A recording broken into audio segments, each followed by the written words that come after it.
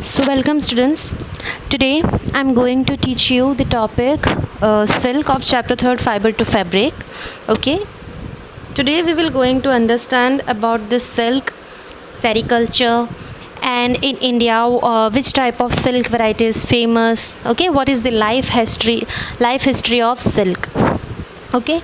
So let us talk about the evolution and history of silk.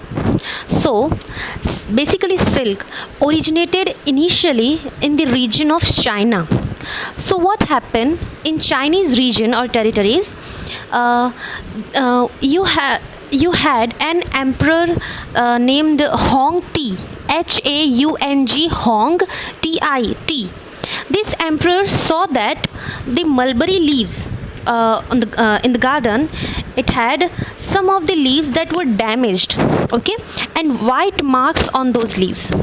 Now he asked to his fellow person that why it is like that, and finally they discovered cocoons, and they saw fine threads of silk that obtained, and this is how silk was discovered in China.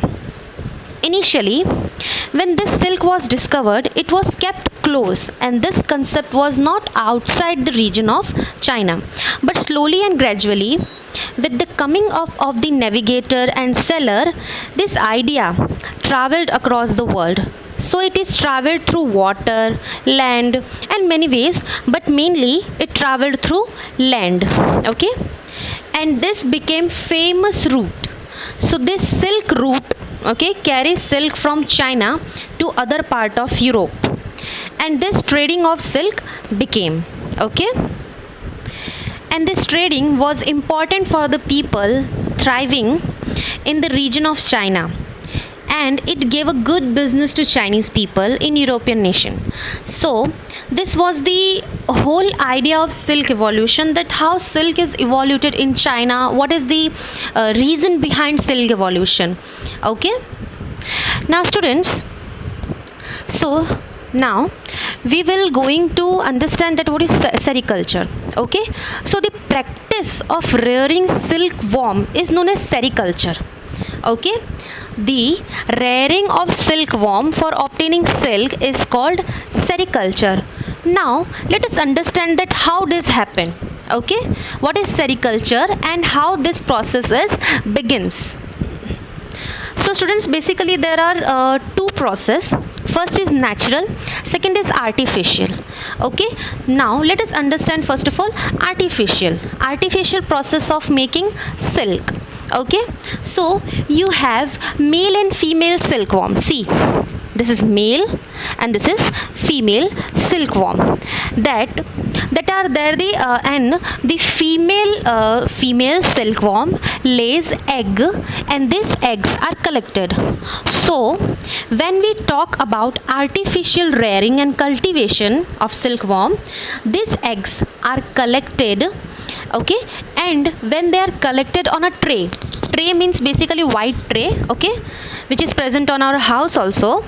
So when these eggs are collected on a tray, you have the numerous of eggs. So you can see in this picture, this is basically the natural process.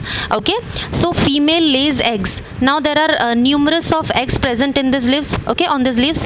So similarly on the tray also there are numerous of eggs present. Okay, so along with this egg, there are chopped pieces. Along with the eggs, chopped pieces of mulberry leaves, okay, are also present on this tree. So slowly and gradually, when the eggs are breaks out, okay, and from that egg, the larva or the caterpillar coming out from that egg. Okay, larva and caterpillar are one and the same, only the names are different. Okay, caterpillar or larva एक ही होता है.